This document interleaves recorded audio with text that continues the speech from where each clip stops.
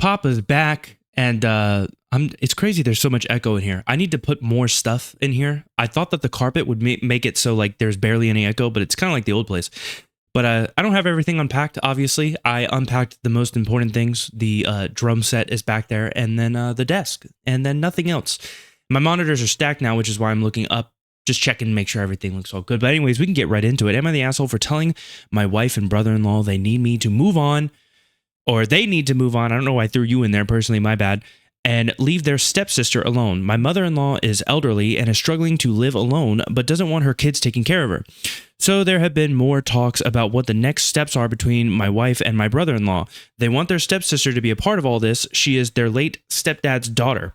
They've known her since they were toddlers and she was 5 years old, raised together. They see her as just a sister, but she always used step for them, and this has not changed in 30-something years. Okay. I don't, listen, me personally, I don't care how you address it. I don't care how you, I do think it's weird, right? My wife calls her mom by her first name, and that's her biological mom. Now, like me personally, I call my mom. You know what I mean? I get made fun of for how well I communicate with my mother. I love my mom, right? That makes a lot of sense. But I'm not judgmental. But I will say, whenever I come across like a situation like that, in the case of my significant other, when she calls her mom by her first name, there is a part of me that's like, you guys don't really like each other that much, do you? You know what I mean? But anyways, after my wife's stepdad died, contact with the stepsister basically ceased to exist. I think she saw the death of her father as the death of any obligation to keep in touch. My wife and brother-in-law and mother-in-law tried to stay in touch, but it was very one-sided. She never reciprocated. We're still messing up our words. I still have sentence dyslexia. Nothing changed from the move. They did speak to her about mother-in-law and her need for care, and she told them this was not her problem and she wanted no part in the planning. That she took care of her dad, and that was where her duty ended because mother-in-law is not her mom or her family, and neither are they.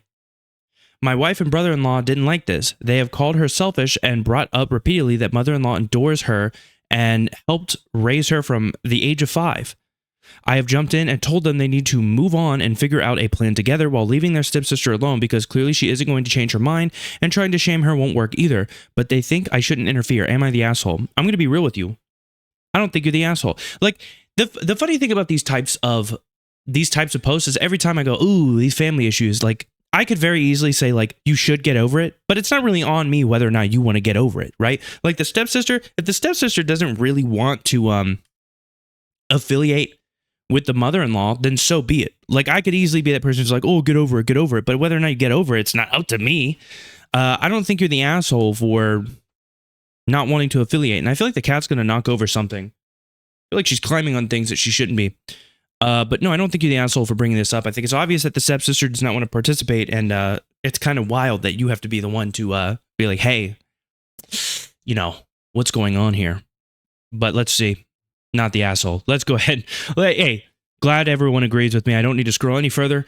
Let's hit up the controversial for funsies. Not the asshole. I think it is likely there is a piece of story missing, issuing, and that OP is unaware of it. Why, after so many decades of being a family, would a step-sibling abandon said family? Could it be that mother-in-law wasn't so motherly toward her, that wife and brother-in-law weren't so nice to her? I mean, I always got the feeling she tolerated them for her dad, and once she was dead, she no longer had to. I mean, sometimes you just don't like your mother-in-law, Sometimes you don't. I'm like a peacemaker. When it comes to family things, I'm the person that's always going to try to find peace, which is crazy because of how confrontational I am about a lot of other things. But like when it comes to in the family thing, like I'll maintain the peace, I'm not going to pretend like I don't have in-laws that I want to occasionally strangle. But, not everyone is like that. So keep standing by them, and soon enough you'll be taking care of mother-in-law. You are correct. Stepsister told them they need to move on. Well, I'm glad that we can all come to a conclusion. You're not the... Okay, why did you throw the Y in? You're pissing me off. I thought this was a you're the asshole info. Did OP's wife or brother-in-law help with the stepdad who raised them? They did. He was one of their dads in their eyes. I wonder why the animosity towards your wife and brother-in-law then. Because this woman cut contact after her dad died. There's something more to that. You are right. I mean, yeah, the problem is, no matter how you really approach this, he's not really an asshole for pointing out the obvious. And the obvious here is that the sister doesn't really want to affiliate. And that's on them. And I think you pointing out that, they should maybe stop is not a problem. Makes a lot of sense to me. Anyways, that's all I got. See you in the next video.